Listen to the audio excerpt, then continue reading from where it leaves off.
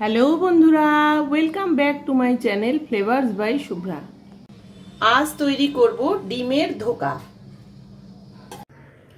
ডিমের ধোকাটা তৈরি করার জন্য আমি প্রথমে 200 গ্রাম মুসুরির ডাল 1 ঘন্টা আগে জলে ভিজিয়ে রেখেছিলাম।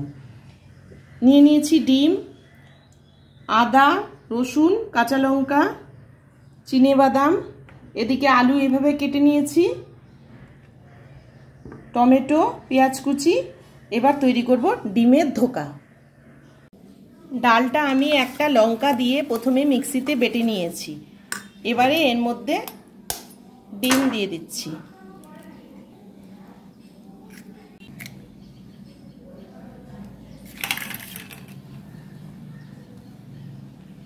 একটু কুচনো পেঁয়াজ দিয়ে দিলাম, হলুদ গুঁড়ো দিয়ে দিলাম, লবণ দিয়ে দিলাম, আর ডাল বাটার সময় একটা কাঁচা লঙ্কাও দিয়ে দিয়েছি।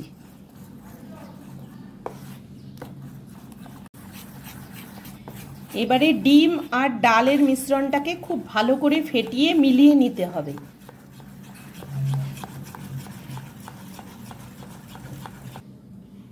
মেলানো হয়ে গেছে, এবার 10 মিনিট আমি ঢেকে রাখছি।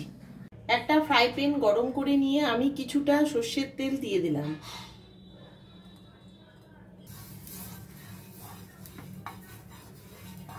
এবারে আমি ডিম আর মসুর ডালের পেস্টটা দিয়ে দিচ্ছি।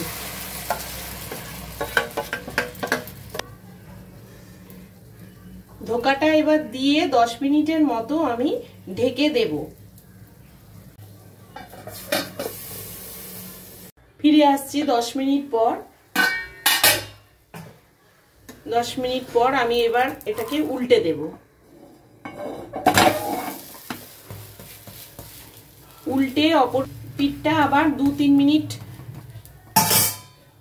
ঢেকে দেব। 2-3 মিনিট পরে ফিরে আসছি। এবার আমি এটা উল্টে দেখে নেব হয়েছে নাকি। হ্যাঁ, হয়ে গেছে বড়াটা। এবারে আমি এটা নামিয়ে কেটে নেব। বড়াটা তৈরি করার সময় উনানের আঁচটা মিডিয়াম টু লোতে রাখতে হবে, না হলে ভেতরে ভেতরে বড়াটা কাঁচা থেকে যাবে, উপরে পুড়ে যাবে। এইভাবে বরফির আকারে কেটে নিতে হবে।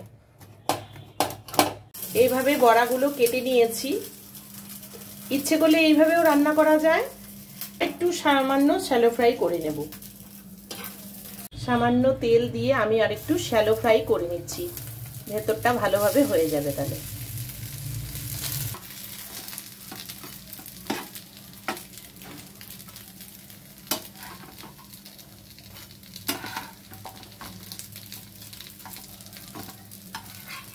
কড়াই গরম করে নিয়ে সর্ষের তেল দিয়ে তাতে একটু জিরে সম্বার দিয়ে দিচ্ছি। এখন আমি আলুগুলো ছেড়ে দিচ্ছি। এবার কড়াইতে 1 চামচ লবণ, হলুদ গুঁড়ো,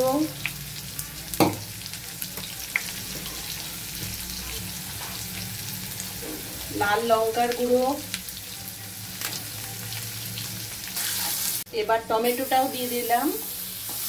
দিয়ে এবার মশলাগুলো দিয়ে ভালো করে কষবো। এবার পেঁয়াজ কুচিটাও দিয়ে দিচ্ছি।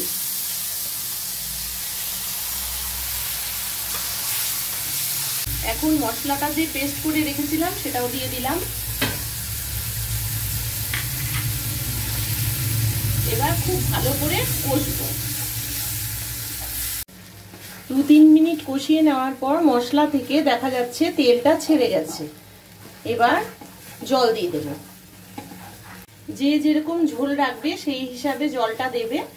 গা মাখো মাখো করলে একটু কম জল দিতে হবে, আর ওটার মধ্যে ডাল আছে যেহেতু ঝোল কিন্তু টেনে যাবে। এবারে আমি জলটা দিয়ে দিচ্ছি।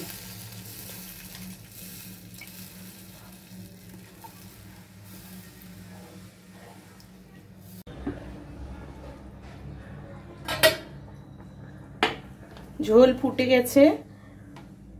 এবার একটু বাটা গরম মশলা দিয়ে দিচ্ছি।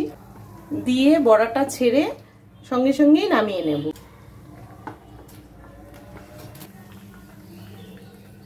তোমাদের যদি এই ডিমের ধোকাটা ভালো লেগে থাকে তাহলে আমার ভিডিওটিকে লাইক করো, চ্যানেলটিকে সাবস্ক্রাইব করো, আর যারা ফেসবুক পেজ থেকে দেখছো তারা পেজটিকে ফলো করে দিও। রান্নাটা রেডি হয়ে গেছে, এবার আমি তুলে নিচ্ছি।